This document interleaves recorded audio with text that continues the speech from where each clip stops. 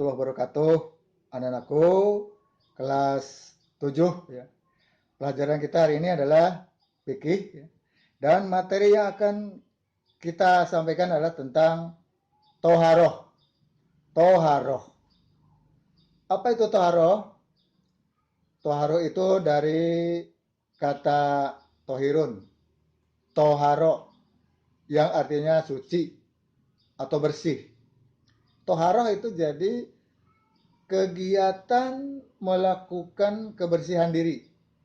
Kegiatan yang membuat diri kita suci dari najis dan hadas. Itu toharoh. Suci dari najis dan hadas. Sehingga kita boleh melakukan sholat dan ibadah yang lain. Kemudian tadi katakan najis. Apa itu najis? Najis itu terbagi 3 bagian. Ada 3 macam najis itu. Yang pertama, najis mukhafafah atau najis ringan. Kenapa ringan? Karena ringan cara menyucikannya. Najis mukhafafah itu bentuknya adalah air kencing bayi laki-laki yang belum berusia 2 tahun dan belum makan apa-apa selain makan air susu ibu. Itu kencingnya itu najis mukhafafah. Dan ringan cara menyucikannya itu dengan cara diciprati dengan air suci saja. 1 kali ciprat sudah selesai.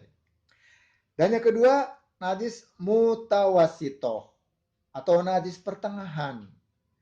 Najis mutawasito ini banyak macamnya. Darah, nanah, bangkai, kotoran.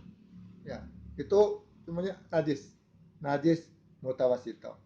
Kalau badan kita, pakaian kita terkena najis itu, terkena kotoran itu, baik kotoran manusia maupun kotoran binatang, baik binatang yang besar maupun binatang yang kecil, itu harus cara mensucikannya dibasuh dengan air suci 3 kali. 3 kali bersih.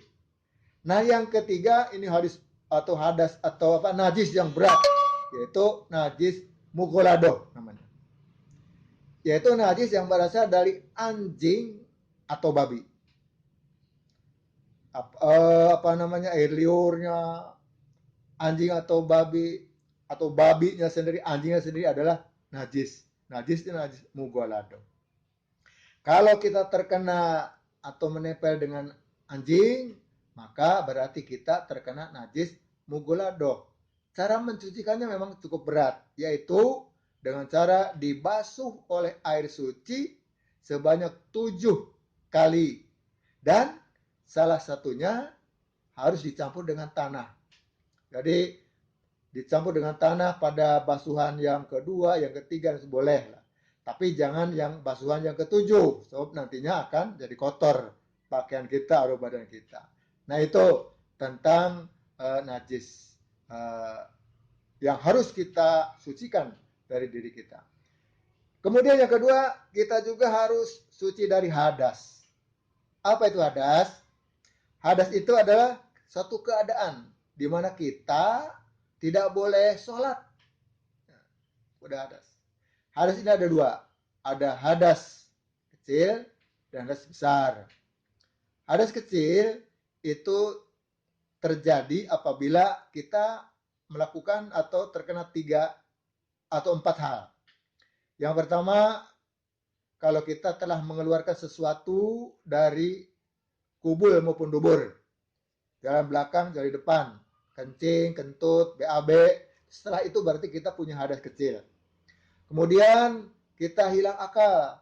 Karena kita habis tidur atau mabok, itu berarti kita punya hadas kecil. Kemudian kalau kita bersentuh kulit orang laki-laki dewasa dengan orang perempuan yang bukan mahram. Dan yang keempat, hadas kecil itu terjadi apabila kita meraba kemaluan dengan telapak tangan. Nah, itu kalau kita melakukan salah satu dari 4 hadas kecil.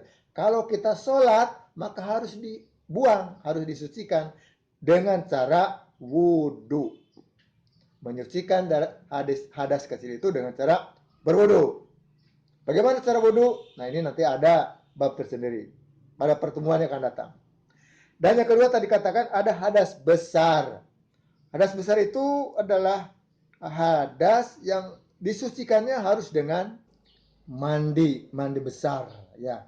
Dan hadas besar itu terjadi karena kita keluar mani nanti kalau sudah dewasa, ya, kemudian berhubungan suami istri, kemudian kalian nanti khusus perempuan itu haid, nifas dan seterusnya. Nah, itu adalah penyebab terjadinya hadas besar. Itu harus disucikan dengan mandi. Bagaimana cara mandinya? Kita juga nanti ada di bab yang lain. Itu saja barangkali untuk pelajaran fikih kali ini. Bapak ucapkan selamat terus mengikuti pelajaran daring, ya. Semangat terus, jaga kesehatan, makan yang cukup, dan jangan lupa sholat 5 waktu. Akhirul kalam, Assalamualaikum warahmatullahi wabarakatuh.